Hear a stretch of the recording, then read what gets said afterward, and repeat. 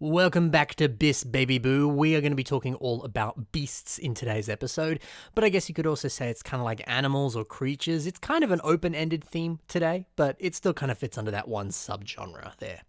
So we're going to spotlight Bionicle creations from across the community to give you some inspiration so that you can bring your ideas to life or build your own awesome LEGO creations.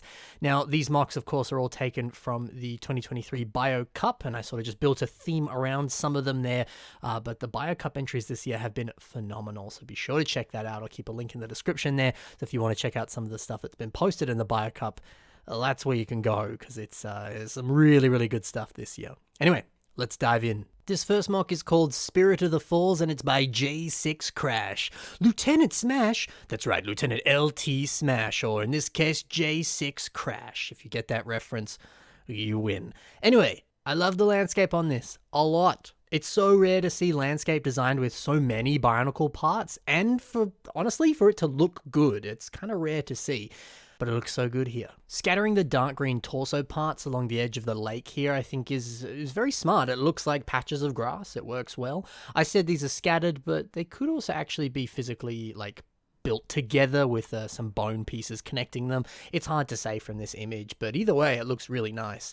And also the choice of having a bunch of dark grey masks to look like rocks is honestly really nice. It's strange, but really cool how well they look like rocks. You know, the way this is photographed and the way they're kind of blended together, you can ignore some of the details of the masks and they just actually look like rocks. It's really, really clever.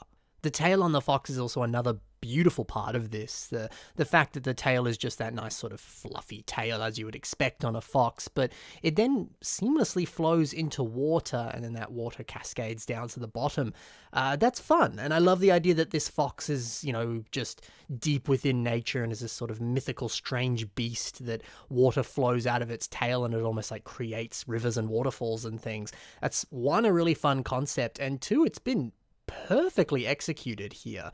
Additionally too, the way that a bunch of these wing pieces and different cloud pieces from Monkey Kid and stuff like that, the way that they look like splashing water, or the fact that there's a bunch of white thrown in there, because that's often how water looks around waterfalls. It gets all kind of bubbly and foamy and stuff like that. So really nice part usages there, and just such a nice way of translating water into Lego that is so gorgeous, and the way that it's been integrated into the animal is really fun.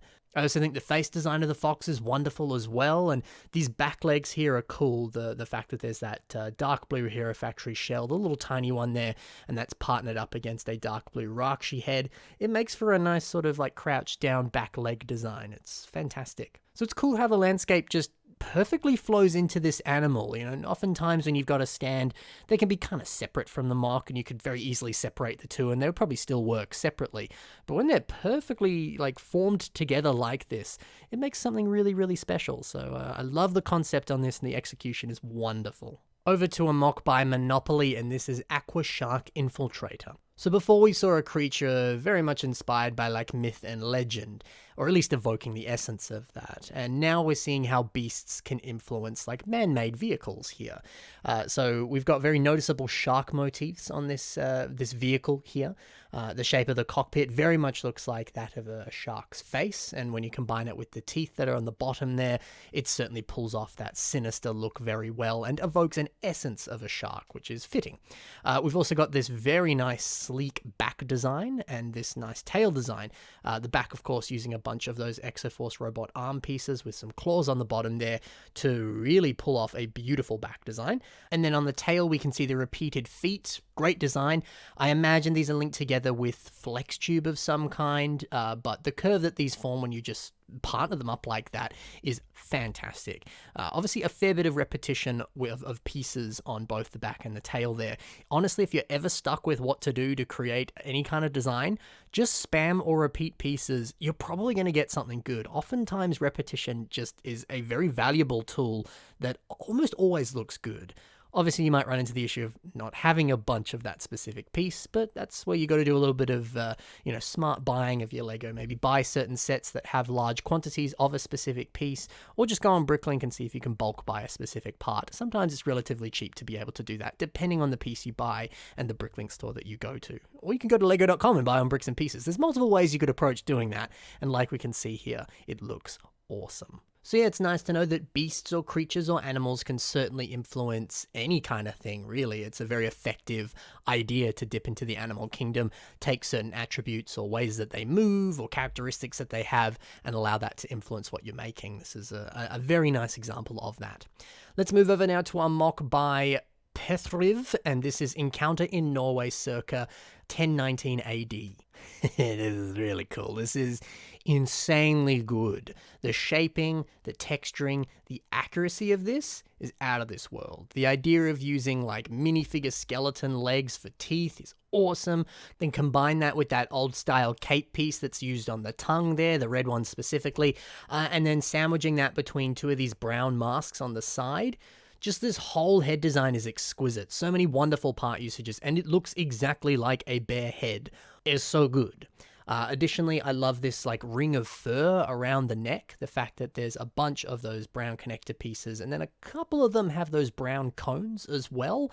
That's great. It kind of looks like the fur is sticking up at weird angles, and it reminds me of like a scared or agitated cat in cartoons where they have the hair sticking out at crazy angles because they're freaking out. I think the inclusion of that on this specific Lego creation here, I think really sells the idea that this bear is freaking out and attacking. There's something kind of wild and all over the place about that, and so you kind of translate that to the personality of this build. It's a clever idea, and I think it does a lot for this creation here. Additionally, as well, the seamless transition between pieces just all over this body and like the limbs and everything, it's wonderful.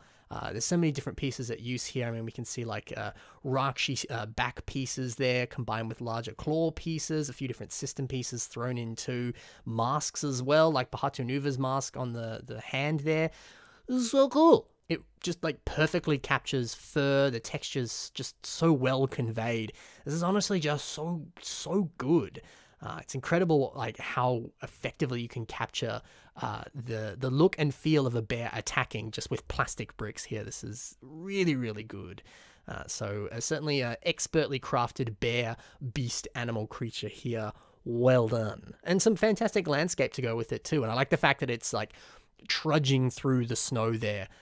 So that you know, for a contest like this, you don't have to worry about building the full thing. You can just have it like knee deep in snow and you go, whatever, it doesn't matter. But it sells the concept and it looks cool. And the way it's photographed and stuff, it works wonders. This is a fantastic mock. Love your work. And then finally, we've got a beautiful dragon called the Hyperion Drake, and this is by Calcifer Project.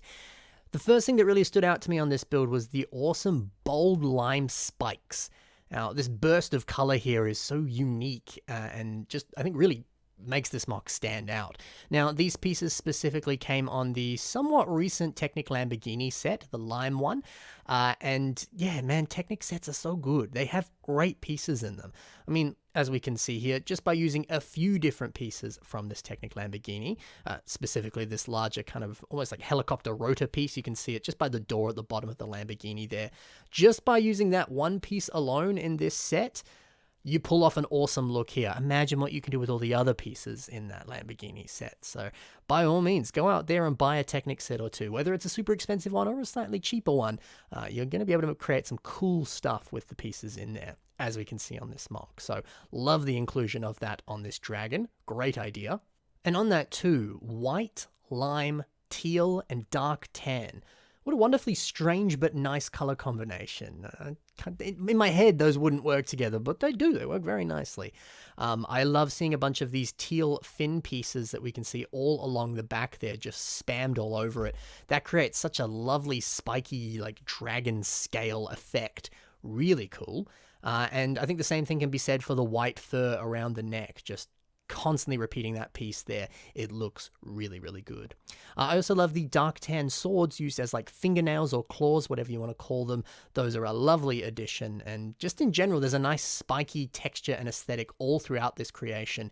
And I think that's a smart move. You know, the spiky looks of everything looks like vicious and powerful. And when you look at this dragon, you go, oh yeah, this is something I don't want to mess with. And it's because of those spiky pieces or the repeated different sharper textures to all of these different pieces. And the fact that it's pretty much all throughout this mock that you see that, you then get that sense when you look at this creation. So textures are super important. You pay attention to the amount of spikes that you put on your creation. If you're going for something that's sinister and evil, you probably want to spam a lot of sharper, sinister looking Lego pieces on there to convey that. And this does that very well. So that's it for some beasts, animals, and other creatures in this episode of the Bionicle Inspiration series. Check the links in the description and see all the links to the mocks that you saw today. I didn't build any of these. These were built by other builders. I was just talking about how cool I think they are and giving you some ideas for your own future builds. But let those people who built these know just how much you like them by commenting on their posts over on Flickr.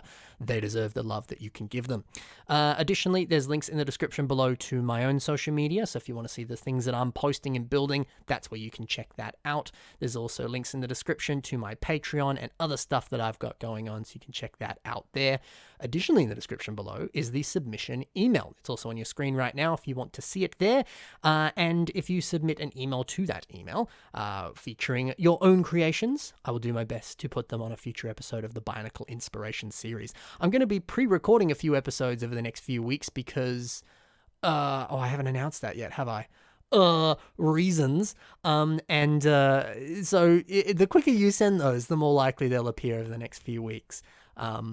I'll do my best. So submit away and I'll announce that thing that I'm not saying right now very soon. If you've spoken to me recently on Discord or something, you probably know what it is.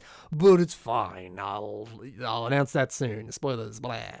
Happy building, guys. Bye for now. Hope you very much enjoyed seeing all these creations. I enjoyed covering them. Love you tons. I'll see you in the next one.